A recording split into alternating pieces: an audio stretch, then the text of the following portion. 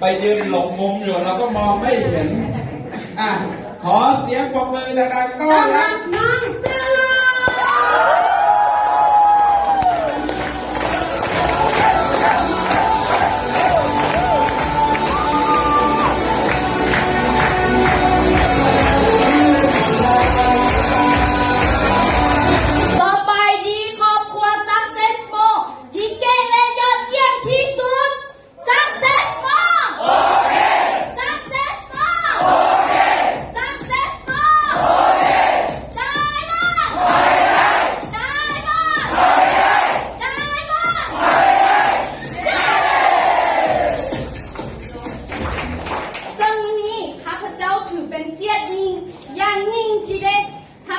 มาแบ่งปันเกี่ยวกับการแชร์ประสบการณ์ทุกคนล้วนแล้วแต่ต้องมีประสบการณ์แม่นบ่แม่น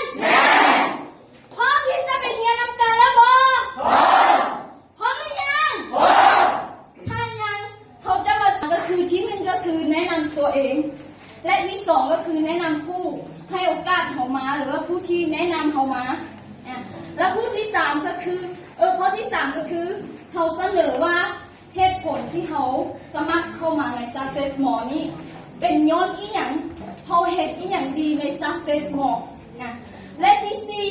เขาก็บอกถึงความรู้สึกหลังดีๆอยู่ไหนแล้วเขามีเป้าหมายแนวใดกับมันและยังมีสโลแกนประจำตัวของเขา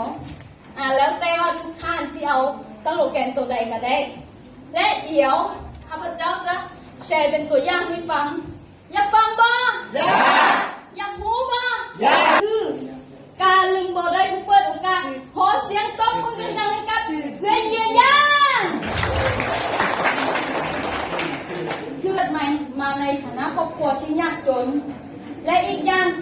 ยังเป็นนักศึกษาอยู่และเท่าที่ได้ศึกษามาและยังเห็นว่าคนหลายๆคนที่เขาเจ้าจบมาแล้ววางงานเคยเห็นบ่นักศึกษาที่ว่าเรียนจบมาแล้วว่างงานมีตั้งหลายที่สุดเลยนี่เป็นแรงบันดาลใจหนึ่งที่เฮ็ดให้ข้าพเจ้าตัดสินใจเข้ามาใน Success More และเห็นอีกโอกาสอย่างหนึ่งว่า Success More เป็นธุรกิจหนึ่งที่สามารถให้ความฝันของข้าพเจ้าได้นี่เป็นเหตุผลและความรู้สึกคือตอนที่ข้าพเจ้าเข้ามาในนี้แล้วเห็นทุกคนที่เขาเจ้าสำเร็จมีเงินเป็นหลักล้านหลักแสนบาทนี่ก็เป็นเหตุผลที่ว่าความรู้สึกที่มีต่อกันและอีกอย่างรู้สึกว่า Success More เป็นบริษัทหนึ่งที่ว่าให้ความอบอุ่นแล้วก็เป็นและต่อไปเป้าหมายของข้าพเจ้าก็คือภายในปี 2020 นี้จะต้องคืนตำแหน่งโกให้ได้